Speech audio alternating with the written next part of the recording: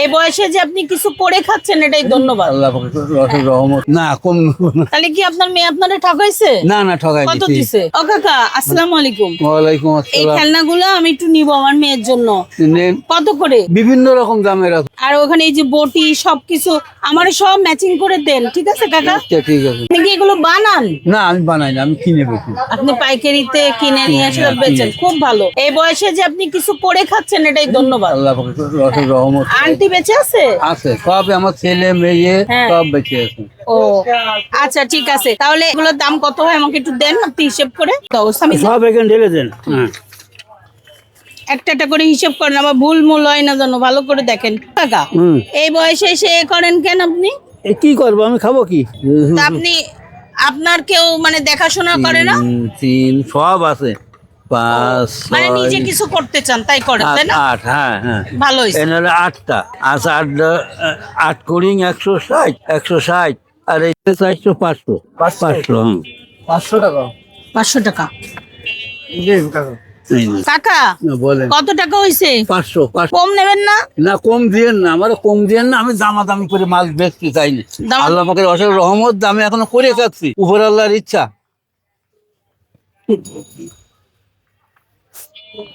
পয়সা দিলেন? কয়শো দিলাম। আচ্ছা কম নেবেন না? না কম নেবো না। তাহলে কি আপনার মেয়ে আপনারে ঠকাইছে? না না ঠকাই কত দিছি। দিছে?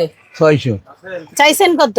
500। তাহলে আমার জন্য দোয়া করেন। আচ্ছা আলহামদুলিল্লাহ। এইটুকুই যথেষ্ট, ঠিক আছে? ভালো থাকেন কাকা, আবারও দেখা আপনিও দোয়া করবেন। দেখ খেলনাগুলো কি কিউট।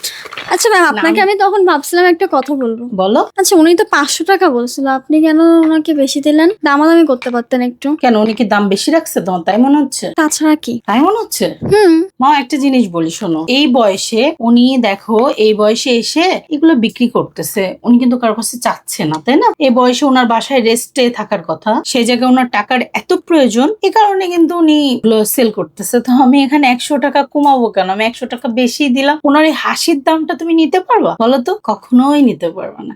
এই হাসি সবাই নিতে পারে না। অন্য কেউ হলে 400-300 টাকা দিয়ে চলে আসতো, হ্যাঁ, অবশ্যই দামাদামি কিন্তু করতো। আমি ওনার মুখের দিকে তাকে আমি বুঝলাম যে ওনার এই বিজনেসটা উনি করতেছে, অবশ্যই ওনার টাকার প্রয়োজন, তাই করে। এই কারণে আমি করি। তাও ঠিক। একদিন তোমরা এরকম একটা কাজ করে দেখবা, দেখবা খুব ভালো লাগতেছে। যে মনে করো এক বয়স্ক একটা রিক্সাওয়ালার ওখানে উঠবা, ওঠার পরে তাকে তুমি 5টা টাকা বেশি দিয়ে দেখবা তার মুখের হাসিটা কত সুন্দর। এই জিনিসটা করলে তুমি রাত্রে যখন শুয়ে থাকবা তখন অনুভব করবা যে আসলে আমি একটা ভালো কাজ করেছি। এই হাসির দাম কেউ দিতে পারবে। জি ম্যাম, বুঝতে পারছি। ঠিক আছে, বুঝছো তাহলে? হুম।